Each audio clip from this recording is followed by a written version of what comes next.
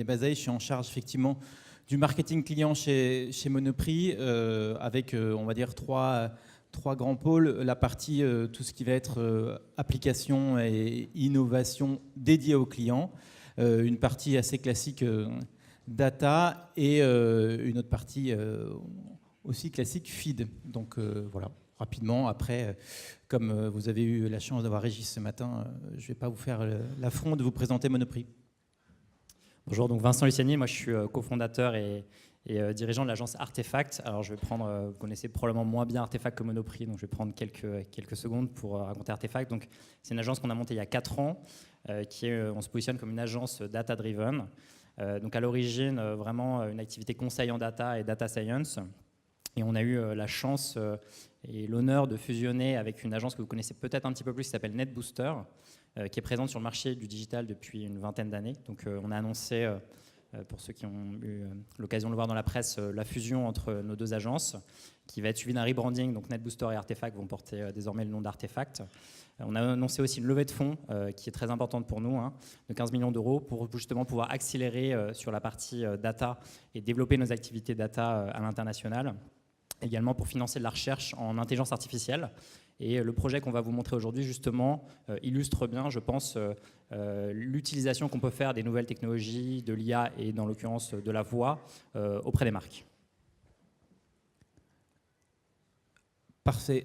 Du coup, comme je vous disais, moi, je ne vais pas parler de Monoprix en lui-même parce que je pense que vous savez qui on est. On a parlé ce matin de minimiser les contraintes et maximiser le plaisir. Et vraiment, la liste, comme commençait à parler Régis, la liste de courses pour nous, c'est un thème qu'on a depuis des années en tête, de se dire comment on va remplacer le post-it collé sur le frigidaire. Et ça peut sembler idiot, mais on sait que le nerf de la guerre du commerce alimentaire, il est là. Il est dans le fait que, vous voyez, c'est très pénible de changer d'enseigne, c'est encore plus pénible en ligne.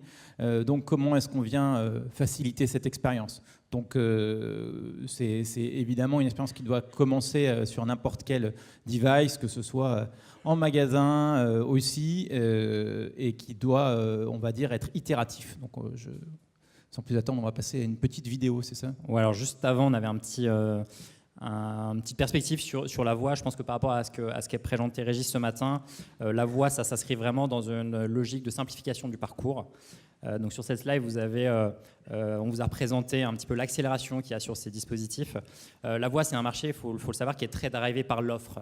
Donc Siri a lancé son premier dispositif dès 2011. Il y a eu bien sûr un relais avec Amazon Echo et Google Home. Et on observe une accélération. Donc, à titre juste indicatif, il y a 4 dispositifs qui ont été lancés entre 2015 et 2017, et une dizaine rien que le premier semestre 2017. Donc, il y a clairement une accélération forte sur ces dispositifs. Et en fait, ce marché de l'offre a drivé des usages et de la demande. Les chiffres qui circulent aujourd'hui, c'est que 20% des requêtes Google mobiles aujourd'hui sont initiées par la voix. Donc, c'est les gens qui utilisent le téléphone pour faire une requête sur la voix. Et on attend à ce que d'ici 2020, un parcours sur 2, tout confondu, soit initié par de la voix. Donc c'est évidemment hyper important quand on est un retailer ou une marque de prendre en compte la voix dans le parcours. Donc on voit des nouvelles disciplines qui émergent, qui sont en fait le VX, le Voice Experience, qui est de dire qu'en fait les parcours d'achat et les parcours de navigation sur la voix sont vraiment radicalement différents de ceux qu'on peut trouver sur le digital. Et du coup, ça doit être réfléchi différemment. Et incarné. Et incarné bien sûr par la marque, et donc on va voir à quel point Monoprix l'a incarné. Et le deuxième aspect qui est très important, c'est le search. Donc voilà, la recherche évidemment va se faire différemment. Je pense que voilà, pour l'illustrer de façon très simple, aujourd'hui quand vous faites une recherche dans Google, vous avez une quinzaine de propositions, si je compte ce qui est payant, ce qui est gratuit. Demain, quand vous ferez une recherche dans Google Home, quelque part vous n'avez qu'une seule option qui va émerger, donc c'est la différence entre la voix et l'œil, entre guillemets. Et du coup, il y a un vrai enjeu de travailler ce référencement. Et nous, nos équipes, par exemple SEO, aujourd'hui, travaillent de façon très proche avec Google pour construire des offres de référencement sur la voix. Donc c'est une problématique qui, je pense, est vraiment importante et qui doit être adressée par les marques. Ok, alors c'est ça. On envoie le petit film. Alors on a un petit film pour illustrer. Voilà. Du coup, on a fait un petit film, d'ailleurs c'est Artefact, parce que j'ai rien fait, sur exactement le pourquoi. Donc vous avez compris qu'il suffit juste de dire parle avec Monoprix. À partir de ce moment-là, on rentre dans une discussion qui permet de construire une liste de courses avec des produits simples. Une liste de courses qu'on retrouve après aussi bien sur un Google Home, mais aussi sur l'assistant de la même manière. Et donc l'avantage, c'est qu'elle est permanente. On peut à la fois ajouter, retirer des produits, la vider entièrement quand on a fini notre achat. Et c'est finalement le post-it, mais en une seule fois. Donc la vertu aussi qu'on a, c'est qu'on a eu la capacité de faire un petit peu de recommandations, de dire, Régis parlait de des fameuses farines, lait et œufs. Demain, ce qu'on va faire aussi, c'est rentrer une notion aussi de recettes également, pour qu'on puisse directement dire, j'ai besoin de faire un clafoutis et mets-moi tous les ingrédients pour faire du clafoutis.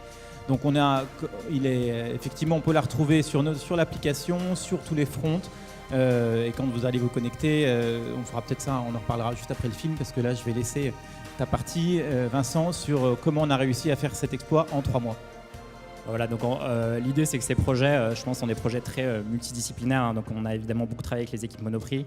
Donc on fait intervenir chez nous trois types d'équipes, des experts, on va dire plutôt des ingénieurs, hein, plutôt soit des data scientists, soit des gens qui connaissent vraiment les protocoles de Google Home et qui du coup ont construit le chatbot, des créas. Donc ce que je vous disais, c'est que chez nous, c'est à la limite créer une nouvelle branche de métier qui est le VX. Donc il y a des gens chez nous qui ont écrit des dialogues. On a écrit jusqu'à 500 briques de dialogues que l'intelligence artificielle vient composer pour créer des dialogues. Et le troisième, je pense, élément qui est hyper important dans les projets comme ça, très transverses, c'est la capacité à faire de la gestion de projet. Et donc chez nous, voilà, c'est des consultants qui font. Donc faut imaginer, hein, quand on rassemble les équipes Monoprix et Artefact, c'est quasiment une trentaine de personnes. Bon, c'est un dispositif qui est très abouti, qui est vraiment omnicanal. Mais voilà, je pense que du coup, d'avoir la capacité de gestion de projet, donc il y avait un enjeu aussi d'arriver avant Noël. Oui, alors je pense que c'est un point important parce que on avait depuis longtemps en tête cette histoire de remplacer le post-it. Et finalement, merci Google, c'est eux qui nous ont trouvé un peu la solution en lançant le Google Home. On s'est dit, mais bon sang, mais c'est bien sûr, c'est la voix qui va nous permettre de remplacer et de finalement faire cette colonne vertébrale de la liste de courses, on va dire omnicanale et permanente. Et comme vous avez vu, Régis, il aime bien quand ça va vite et il nous a dit ok, c'est bien, donc on est le 15 juillet, donc il faut que ce soit prêt le 15 septembre au début. On lui a dit c'est peut-être un peu fou, on va quand même réussir à négocier. On a négocié au 15 novembre, mais effectivement au 15 novembre, le produit était prêt. Un boulot alors, sincèrement incroyable de part et d'autre, de la part d'Artefact aussi, parce qu'il a fallu qu'ils absorbent à la fois toutes nos données produits d'une part, mais aussi un peu ce qu'on est, quoi, parce que c'est pas si facile que ça d'avoir quelque chose qui soit sympa, marqué Monoprix, et donc ils ont plongé à vitesse grand V dans l'univers Monoprix. Je pense qu'ils ont eu à peu près 15 jours pour le faire, quoi. Alors c'était un défi, mais clairement, on est content du succès. On vous engage à l'essayer sur l'application. Vous pouvez le trouver dans Google Home ou dans Google Assistant et nous faire vos retours. Peut-être une petite perspective, du coup avec un peu de recul, parce que du coup effectivement on a fait ce projet pour Monoprix et aussi pour d'autres retailers et d'autres marques. Nous on a des convictions assez fortes sur ce type de projet. Alors le premier, c'est on a mis un bot qui incarne la marque. Il faut savoir qu'aujourd'hui Google, Amazon fixent quand même un champ des contraintes qui est assez strict. Donc on ne peut pas non plus, c'est pas la déconne totale, quoi. C'est-à-dire qu'il y a quand même des grilles assez strictes, et donc il faut savoir jouer à ses limites pour incarner la marque. Donc Monoprix, c'est quand même une marque qui incarne beaucoup de valeurs, de l'humour, et on a vraiment essayé de répliquer ces codes et d'incarner un petit peu l'humour. Donc là, dans l'exemple qu'on met, c'est-à-dire quand vous interagissez avec Google Home, rappelle-moi d'acheter des sardines, par exemple, le Google Home ne vous répond pas « Ok, sardines ajoutées », on répond « C'est dans la boîte ».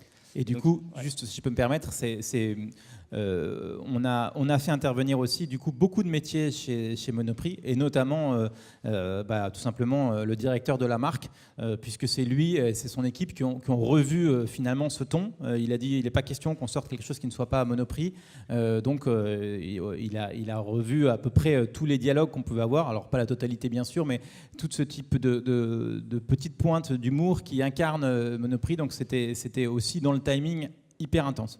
Tout à fait, mais c'était important pour effectivement incarner la marque. Je pense que le deuxième aspect qui est important, c'est qu'il faut comprendre qu'aujourd'hui, quand on parle d'intelligence artificielle, finalement, il y a toujours, et je pense qu'on l'a eu avec les bots, de nombreux bots qui ont été développés sur Facebook, il y a toujours une pointe de déception du fait que finalement ne sort que ce qui rentre. Donc c'est vrai, aujourd'hui, l'intelligence artificielle vient du fait qu'il y a du NLP, Natural Language Processing, qui est que le dispositif comprend des phrases un peu complexes et sait les approprier. En revanche, c'est quand même à vous, manuellement, de définir un input correspond à un output. Alors, c'est pour ça que c'est important d'ajouter de la data, parce que le fait d'ajouter de la data, donc là, dans l'exemple qu'on vous a mis, les réponses vont être différentes si c'est quelqu'un qui est un habitué Monoprix, qui a plutôt l'habitude de faire des paniers compliqués, ou si quelqu'un qui fait des paniers courts. Et du coup, le fait d'avoir de la data permet de personnaliser et de créer une expérience qui est plus unique avec le consommateur.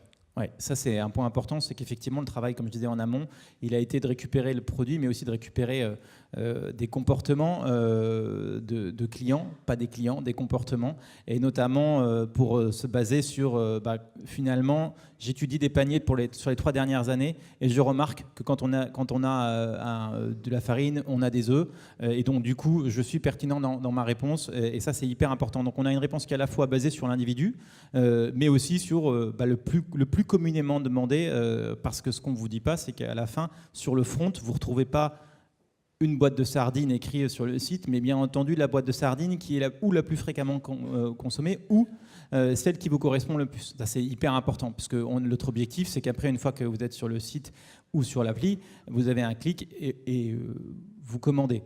D'ailleurs, ça enchaîne pas mal sur ce qu'on fera demain. Ouais, tout à fait. Juste un dernier petit point sur le choix du socle techno. Aujourd'hui, dans le dispositif, il n'y a que Google Home qui est dispo en France, Alexa bientôt, donc vous aurez de plus en plus le choix. En revanche, sur la plateforme back-end qui est utilisée, nous on a utilisé Dialogflow, je pense que c'est important d'avoir en tête un dispositif agile qui puisse s'adapter aux autres dispositifs demain. Un point sur les données, aujourd'hui toutes les données sont stockées chez Monoprix, ne sont pas stockées chez Google, donc beaucoup se posent la question encore, donc on a fait très attention à ça.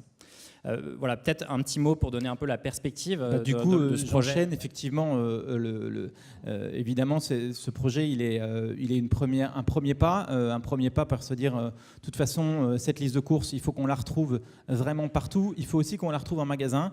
Et on travaille à un pilote, mais pour l'instant, c'est encore complètement un pilote, mais avec un système d'étiquette électronique qui nous permettra de reconstruire aussi le parcours, comme on le fait à une proposition, on va dire, de produits directement sur le site, d'avoir un parcours préétabli dans nos magasins, en disant si jamais, et encore une fois c'est à la demande du client, mais grosso modo j'ai pas trop le temps, donc fais-moi mon parcours dans les rayons pour que ce soit le plus optimal possible.